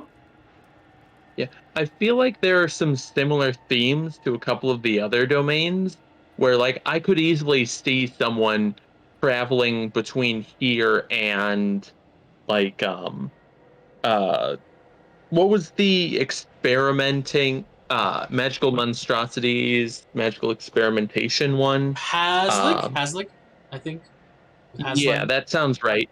Just yeah, I could imagine someone going from the butchery here and bringing stuff to Haslan, or like comparing notes with someone, and that being a bridge to, a different realm. Just like this person is traveling between the two because they have a myth talisman that either the players might kill them and take it, or might be given it as part of some kind of quest. Definitely. There's been a couple of Yeah. adventures that suggest that that's a possibility, but there's unfortunately not been like a big statement of this is the trade between these lands sort of thing. I think there was also which one was it? One of these lands was I think it was Darkon. Darkon, which it has no Dark Lord currently because their Lord did a thing. Um, where is there a picture of him? No, there is not. Of course, there isn't. But Darkon apparently started in Strahd's domain, and then they hated each other after a while, and so he just left and found this domain and became its Dark Lord. So there is like a level of trade and ability to kind of talk to each other, but the game doesn't give a good. I haven't seen in Van Richten's guide yet a good explanation of like this is sort of what the geopolitical map of the domains of dread are. But that's also fine, I guess, because really these people are definitely the kind of people where it's clear they're not very ally focused. Like they're all going to try to cheat each other eventually. It looks like, except for maybe the one good person, but Um, see, Elm talks about also Theodore. Thrown weapons return via bonus action and can reload with bonus action. Tossed weapons deal extra damage with those who may be tossed deal. While those made to be tossed deal extra damage, throw range for any Theodore weapon is 30-60 unless the actual throw range is higher.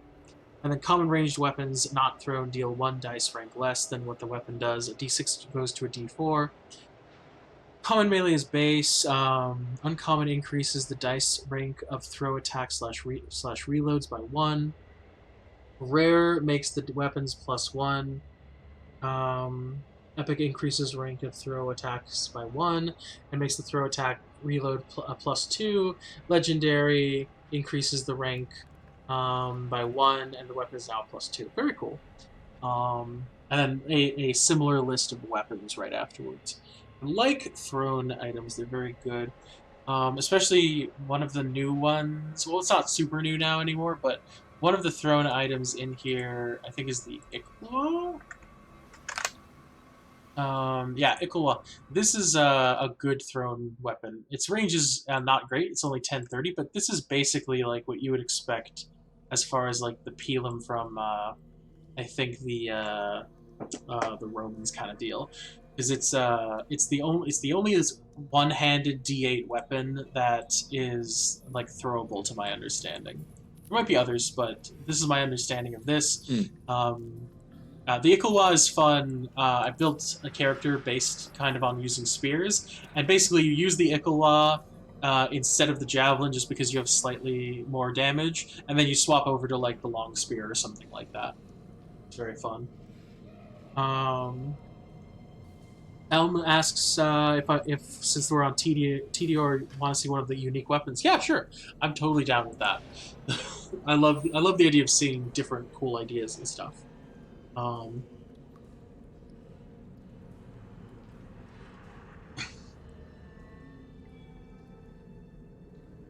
Let's see. A whole bunch of cities. I'm not super willing to read through these, but what I'm basically getting is this is dishonored land. Lamordia is dishonored. We've got whales that are going to provide oil. Okay, yeah. Yeah. I think I can see that. We got whales. It was cold. I remember that. and then you just make it that flesh is king, and boom, done. If you're trying to to explain, the way that my brain works is I try to go for something that like I kind of recognize, so I can fuse it and add in a little bit more extra. Like I know I'm not reading all of this, but honestly, a lot of these paragraphs that I do read, they don't feel like enough to really click.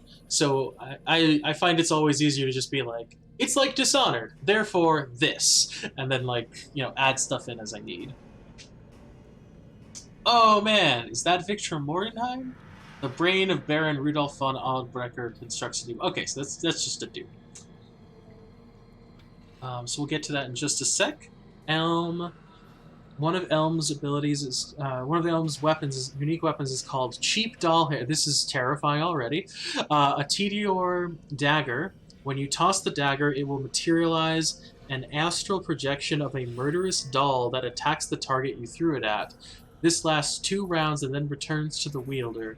Quote, wanna play. That is terrifying. Yeah, that's I would if I were in Borderlands and someone threw that at me, I would shoot them as much as possible, and then I would get that dagger and I would probably like bury that so deep in the deepest volcanic hole I could find. Yeah, it's like I like when people are creative with like when they cast spiritual weapon of like some spiritual weapon floats and attacks someone. It's like it doesn't have to be like a regular weapon. Mm-hmm. It's just magic. Absolutely. And just throwing a dagger at someone and it turning into a doll that's wielding it, that's just terrifying. So, Viktra Mordenheim, a child prodigy from a minor noble family. The brilliant Viktra Mordenheim became obsessed with the complexities of humanoid anatomy at an early age. She taught herself medicine as a child, and as a teen earned both a doctorate and an appointment as a preeminent researcher at a local university. Despite her genius, though, the young Dr. Mordenheim lacked empathy, compassion, and moral qualms. Perfect. She pursued medicine solely to satiate her burning intellectual curiosity, never to aid her patients. She perceived magic as stealing the powers of otherworldly beings and cheating the laws of nature, and sought instead to use her mind to master the world. Wow, most wizards would definitely be like, this doesn't cheat it! At least I would think most wizards would be like, no, this is totally natural. Because they're essentially what magic is physics. Just deep, deep knowledge of physics, like weird knowledge of physics. Eventually, Dr. Mordenheim became convinced that she could do more than create life. She could defeat death. Oh no.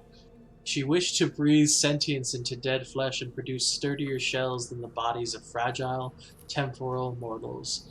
She added corpse theft to her repertoire, employing thieves to procure specimens for her tests.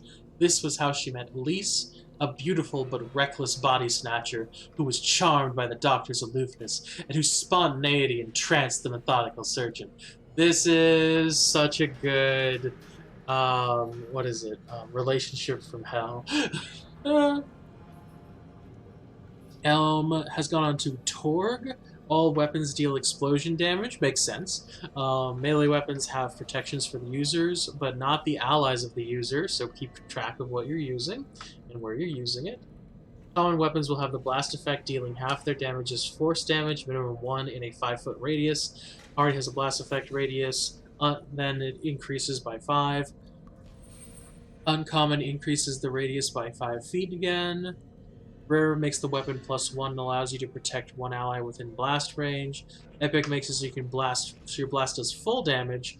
Legendary makes the weapon a +2 and allows you to protect any number of allies from the blast effect.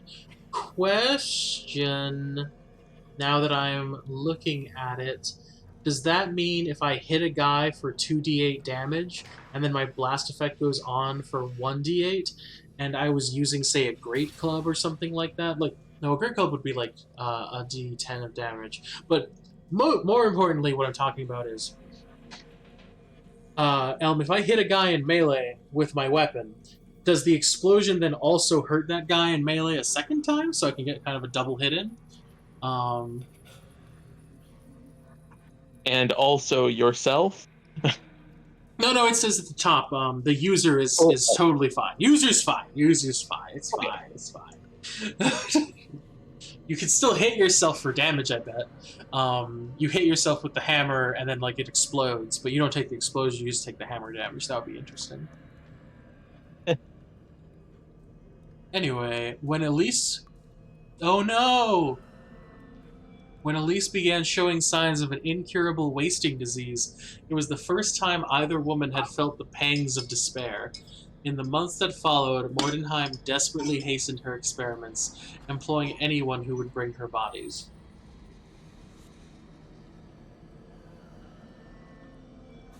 Both newly dead and still living.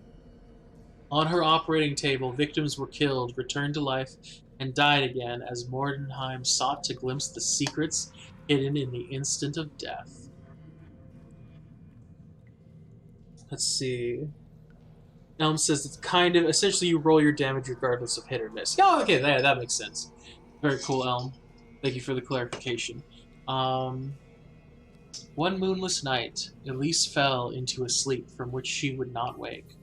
Bringing Elise to her lab, Dr. Mordenheim worked feverishly for days to save her, pouring what she'd learned from 1,000 deaths into saving one life. Elise became the recipient of the doctor's masterpiece, the end to disease and death, an artificial organ Mordenheim called the unbreakable heart. But as she stitched the miraculous device into place, constables burst into the lab and accused the doctor of facilitating numerous murders. As Dr. Mordenheim struggled against her arrest, smoking chemicals and arcing electricity filled the laboratory. Before she lost consciousness, she saw Elise rise from the table, the unbreakable heart glowing within her behind golden stitches. Dr. Mordenheim awoke in Lamordia, an unfamiliar land where her genius was celebrated. Elise and the unbreakable heart were nowhere to be found, but the doctor soon heard rumors of a glowing woman wandering icy wastes. Since then, Mordenheim has continued her experiments on the dead and living, striving to recreate her successes, failing every time. Between disappointments, she searches the hinterlands, hoping to find Elise. With her, the mirror, the unbreakable. Very cool. Elm says, so the creature either takes half or a quarter of the damage minimum of one, depending on the save. Yeah, that makes sense. And then if you've got an evasion, you of course dodge it, because you can do things like that. Mordenheim's powers and dominion.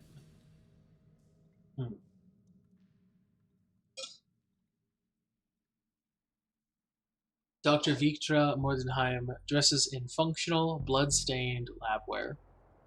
Her statistics are similar to those of a spy, but her focus is on science and her medical genius is unmatched. From her laboratory at Schloss Mordenheim, Dr. Mordenheim uses her specific genius to pursue and pervert the secrets of life. Eschewing magic, the doctor uses unfathomable scientific secrets to achieve goals known only to her. While this might lead to plots involving all manner of amoral science, the doctor's work includes the following routine, abominable operations. 1. Construct creation. Dr. Mordenheim can create any construct or corporeal undead by working in her laboratory for a number of uninterrupted days equal to the creature's challenge rate. At the end of the final day, the creature is complete and obeys her will. She uses this ability to create flesh golems, taking 5 days, and homunculi, taking 0 days. As well as zombies, taking a quarter of a day, death's heads, taking a half day, and brains in jars, taking 3 days. Reborn Maker. A side effect of Dr. Mordenheim's experiments is the creation of Reborn. See Chapter 1. It takes her 1d4 days and the dead bodies of 2 medium or small humanoids to create 1 Reborn. That's cool, that the new race has like a place where they're kind of, in general, born. Brain Swap. Dr. Mordenheim can place a creature's brain or head into another body, moving it from a donor to a recipient. The process requires the donor to have a brain and either be incapacitated or have been dead for less than 24 hours. In an operation that takes 1 hour, the doctor transfers the donor's brain or head from their body to the incapacitated or dead corporeal body of a creature without a brain. The donor will awake 1 hour later with control of the recipient's body. While controlling the recipient's body, the donor retains their alignment, intelligence, wisdom, and charisma scores. They otherwise use the recipient's body statistics, but don't gain access to the recipient's knowledge, class features, or proficiencies. Mordenheim can swap a donor's brain or head back from the recipient's body to their original body through the same process. As long as the original body exists and no more than 1 week has passed, this period can be extended if steps are taken to preserve the original body, such as by keeping it in cold storage or under the effect of a gentle repose spell.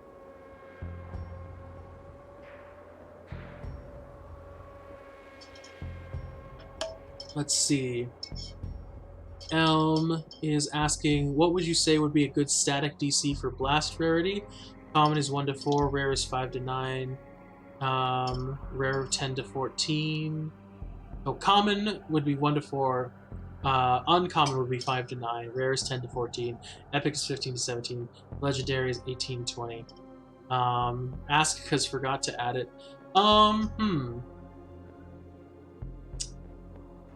DC for blast radius. I don't know.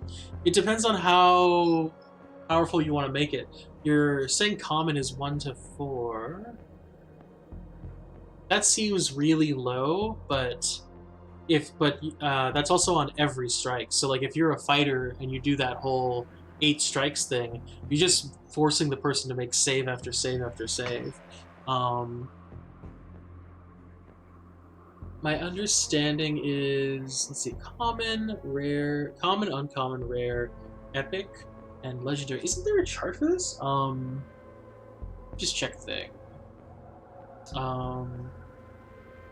Magic item rarity. Just want to check the magic item rarity first because. Hello.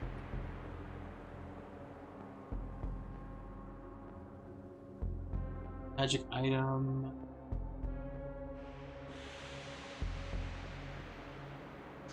DC.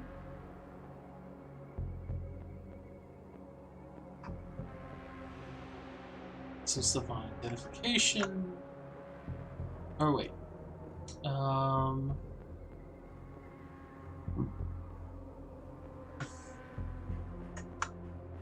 Nope, that was the wrong button.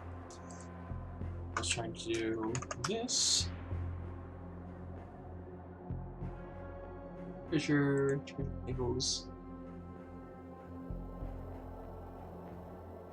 1, 2, 3, 4, 5. I mean, technically, you could do. Is 2, 3, 4, 5, 6? Yeah. So technically, if you wanted, you could do the 8+ method. So common would be 10, and then it's like 11, 12, 13, 14. And then add in what you think is an appropriate amount of intelligence modifier to bump it as much as you want. Because the 8+ is always what they're usually using.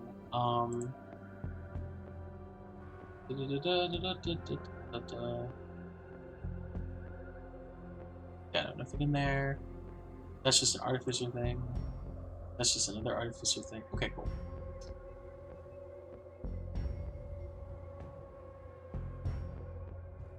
Yeah, you could do it by the proficiency. So like say that common is proficiency +2, uncommon is +3, and then just up and up throughout the thing. That's one way to do it.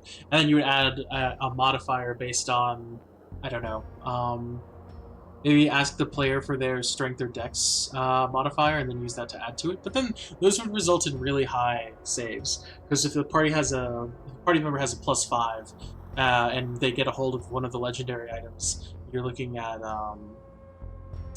what's the word? 5 and 6 is 11, so 11 + 8 would be 19, which is pretty high.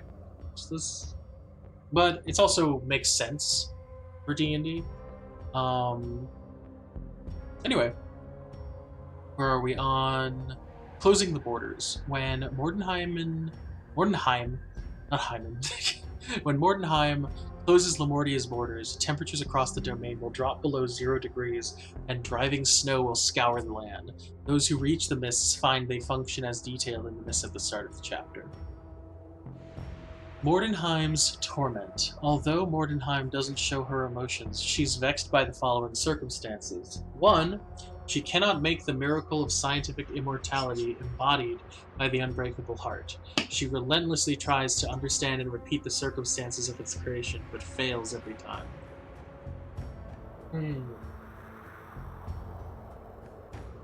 Could it perhaps be that true love created magic?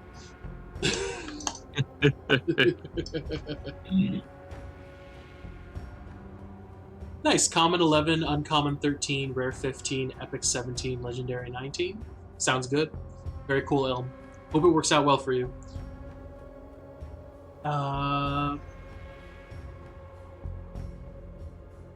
Elise evades Mordenheim's attempts to find her. Yeah, that's a good point.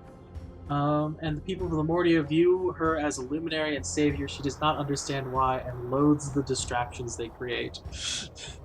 How dare they all look upon me with happiness and goodness? I receive gift baskets every day! All these fruit baskets have honeydew. What am I supposed to do with this?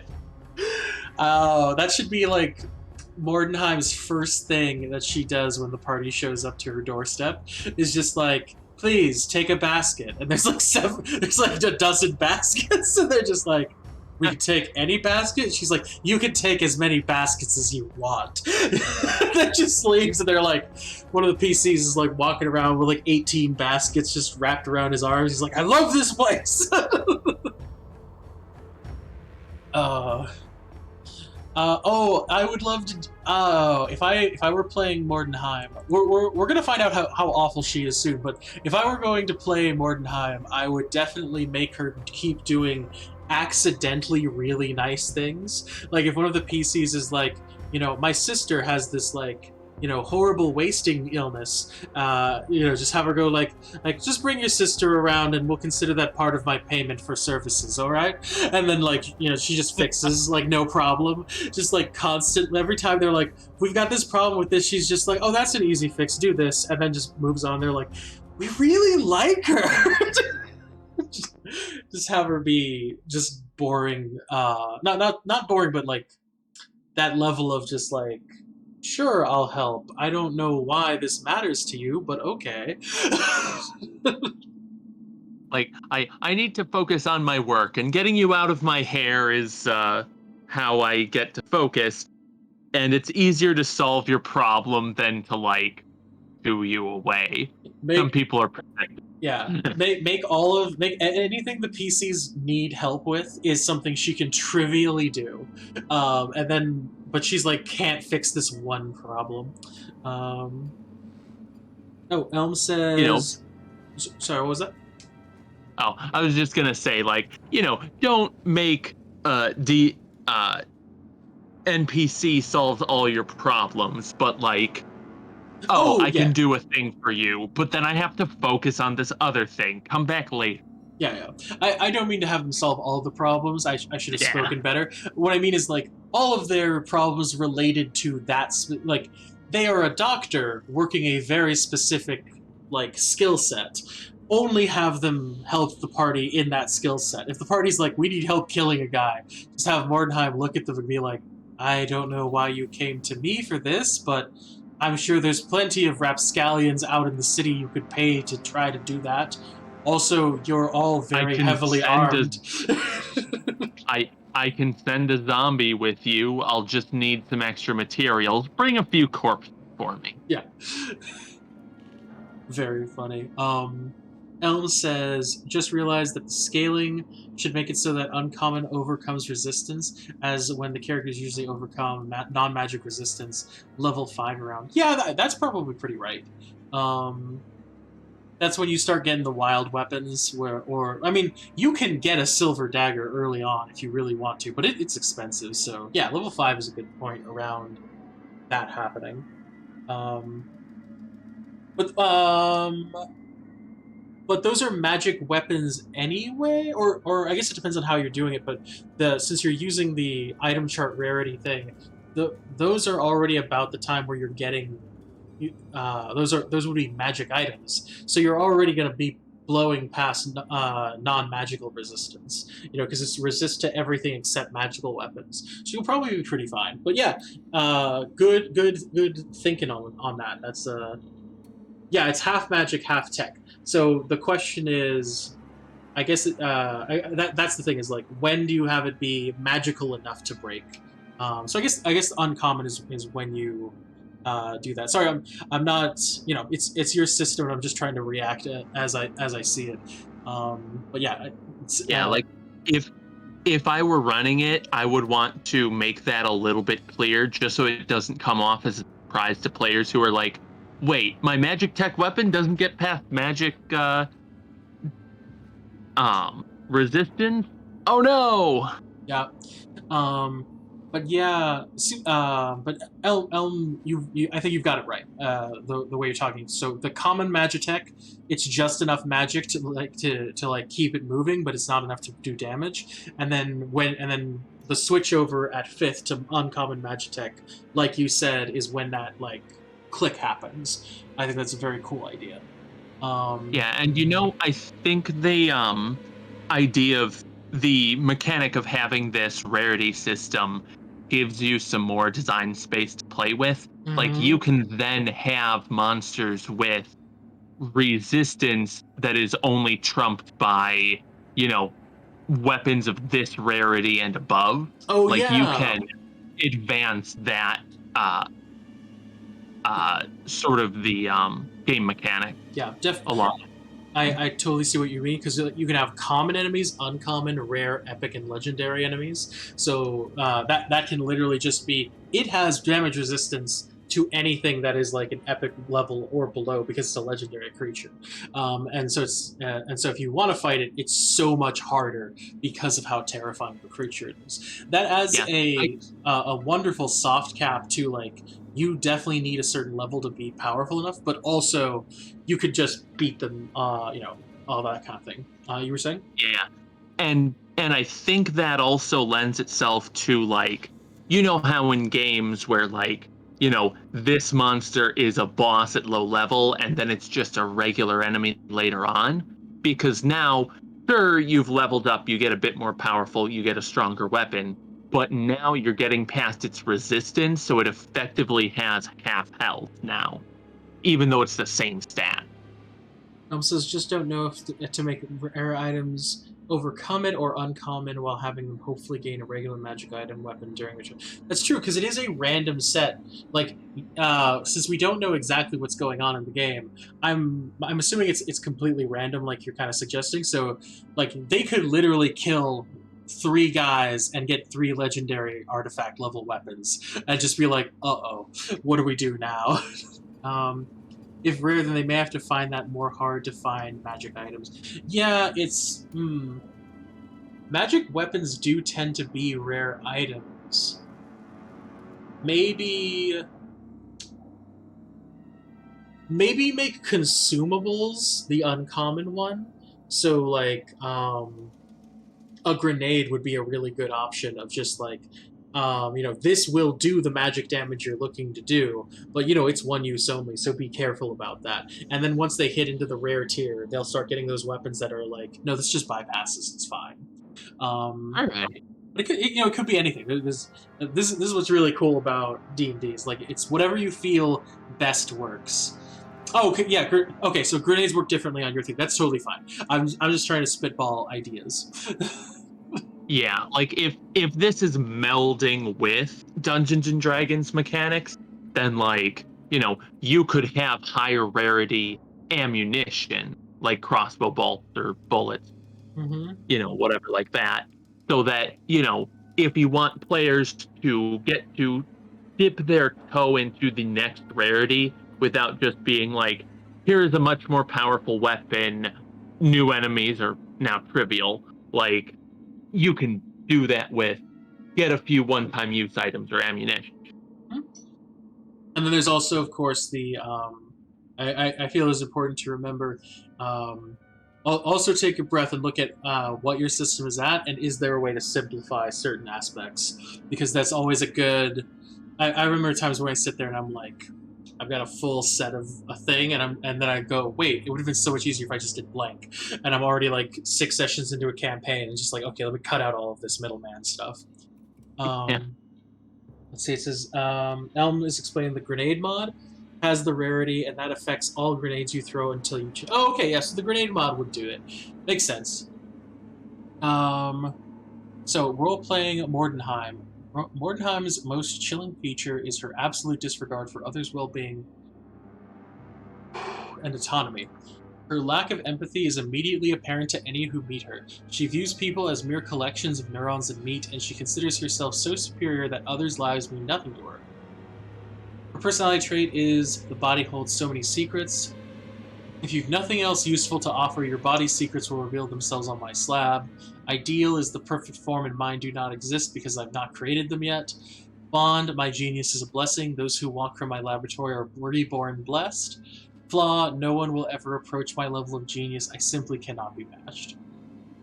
Yeah, this sounds, I don't quite want to kill Mordenheim. I just want to, like, avoid Mordenheim. Or, you know, only show up when it's like, alright, time to show and give, like, this specific thing. But definitely wild, definitely powerful. Mordenheim seems neat. I was hoping we would get through Mordenheim because spending a week here sounds like a terrible prospect for one's body. But it is 12 o'clock. It's 12:01 actually, which means it is time to take our rest for the week. We're going to continue from Lamordia next week on Saturday and begin going to, I believe it's Mordant. But for now, we're going to take our rest. The next week, Monday and Tuesday, I believe, is a way out. And then Thursday will be Control. Friday will be some more map making stuff, and then Saturday will be more of this. And if anything changes, it's going to just be basically if a way out doesn't work out with my buddy Dr. Flatline, we're just going to do. I'm just going to do playing more Control, and not that I've heard anything or anything like that. Just you know, there's always the option that something happens. I don't want to just say like this is definite 100%, and then you know possibly something happens. But otherwise, that's gonna be it. There's a Discord link at the bottom if that works. You know, that would be good to know. There's also a Twitter timeline of Twitter feed. I basically just say, hey, I'm streaming in an hour every day that I'm streaming, which is Monday, Tuesday, and then Thursday through Saturday. There's a YouTube channel. I just upload what happened here to it. I will see you later, Elm. You have a great one. And Target, it was awesome talking with you. So I've got Thanks for having me. Yeah, I got a sound. Elm is now following. Thank you so much for the follow. And I hope everybody has a great one out there. See you all later. Bye.